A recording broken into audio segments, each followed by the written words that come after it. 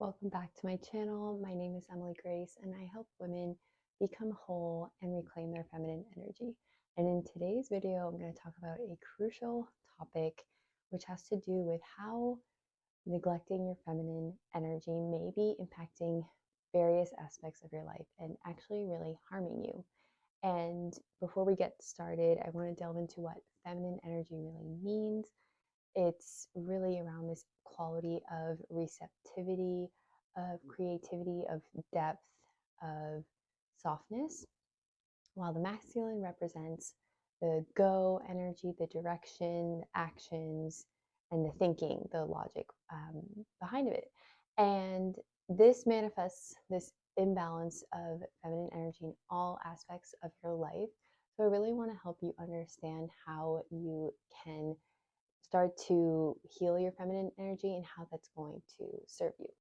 We'll delve into what feminine energy really means, the impact of societal conditioning and how that is blocking your feminine energy, and how this imbalance manifests in areas of your life, such as your own self confidence, your work, and your relationships. So let's get started. First, let's distinguish between feminine and masculine energy. Feminine is all about flow, embracing intuition, receptivity, creativity, and depth, while the masculine is more of the go, the action, the doing, the logic, the thinking. And unfortunately, societal conditioning has led many women to adopt this masculine energy and this go mentality in order to keep up, be treated equally. And it really, I see it as coming up when women were, going into the workforce and having equal rights. It was kind of like adopting the masculine energy in order to do that, which really wasn't what it was about. And so it's mirroring masculine traits for the sake of equal rights. So, how this can be harming and hurting you is one common occurrence is overworking. So, many women unknowingly follow a 24-hour clock, which is reflected in the 9 to 5. And this is really a masculine how their energy works and their energy cycle works is a 24-hour day, while women are really operating under a 30-day cycle with their menstrual cycle. And so this oversight can lead to burnout, lack of connection to the depth in women's lives, in their vision that backs the actions. It's just like a hamster wheel without consideration and really reflecting on, is this right for you? And it's really time to acknowledge this need for women to have this downtime of rejuvenation and self-discovery. And men need it too, but especially in this kind of cycle that women have been operating in. And I know for myself, that was a really big healing that I went through, where I don't experience burnout anymore. I leave time for the rest and digest cycles, and I've really owned that and claimed that and not felt guilty about it. So, one thing you can do for yourself is to learn your 30-day cycle. And that means understanding each phase and understanding what is best to do in each one and what is not best. So, for example, when you are menstruating in that phase, you don't want to be working in the same way that you're working, say, in your ovulation or luteal phase. And so that's really 1 week out of the month where you can not completely stop working, but maybe do less extroverted kinds of work, and the focus more on the quality versus the quantity. And that's just one example, but I invite you to learn about your cycle and start to honor it and put up boundaries, and that you'll find that this will help you manage your energy better and not go into burnout anymore.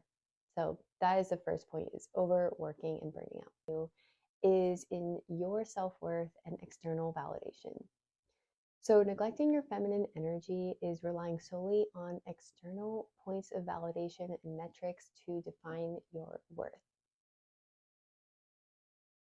this external focus, more aligned with masculine energy, which is like numbers, performance output, working, ties your value to what you do rather than what you are, who you're being. And the feminine is really representing this idea and this quality of receptivity, of nurturing, of love, of being, and stillness. So once you shift your self-worth to value those qualities in yourself, you'll start to untangle from that overworking I talked about to prove your worth and to keep up in the masculine cycle, the 24-hour cycle, because you're honoring that your feminine gifts are in stillness, in resting. And that doesn't mean that you're not still working, but you're working in a different way.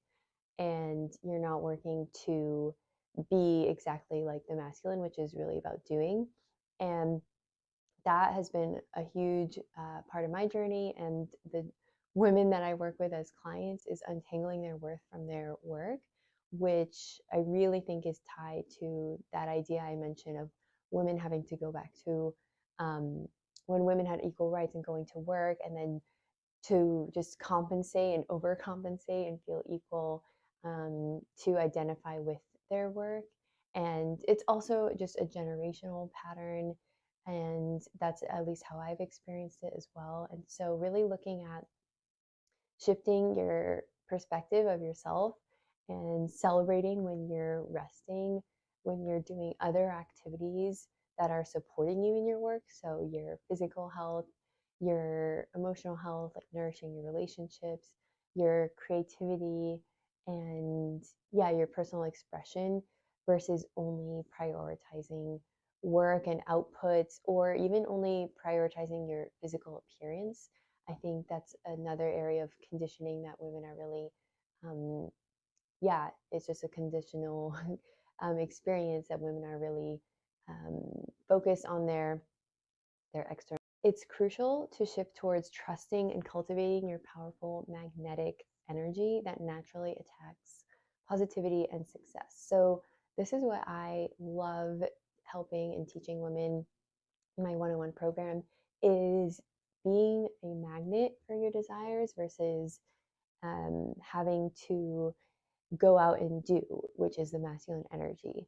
And this will change your life completely because you'll have everything that you want to create, and there is action involved, but it's not as much action, and it's really connected to your intuition and divine guidance versus just doing to do and doing to get a result. So if I do X, then I'll get Y, which is not connected to your feminine at all. It's still like externalizing it, it's taking on someone else's idea of what actions are needed when your intuition is guiding you.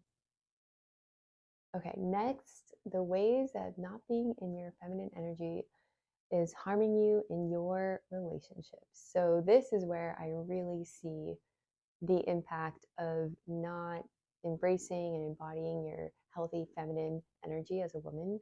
It's in relationships that you will see this manifest as needing to control, needing to take the lead, and discomfort with trust and emotional vulnerability. So when you aren't in your feminine really in the relationship is like the opening to the heart, the emotions, and that connection. So when you're operating in your masculine, you're not connected to your heart, you're in your head as a woman. And so you're not able to connect on that emotional, deeper level. And it actually may be really scary to do that. It may feel, if you have, um, negative past experiences in relationship or with any men in your life, then you may not feel safe in being in this feminine role. So you put up this, what I like to call this masculine shield, and it helps you because you're protecting your emotions, and you still, attract people on this like mental level. But then it really harms you because a relationship is all about intimacy and connection, and that's only really possible with vulnerability and being connected to your emotions. And so, and also as a feminine, you're really in the role of receiving from masculine and being able to trust masculine to take the lead. And you're not able to do that when you are trying to control. And I can see it very subtly with a lot of women in my life and that I work with, that it's just this need of like, well, I already can take care of it, so I don't really need someone else to. And perhaps you've had that thought yourself. And that's not even the point. It's like you can be self sufficient and have a partner as well.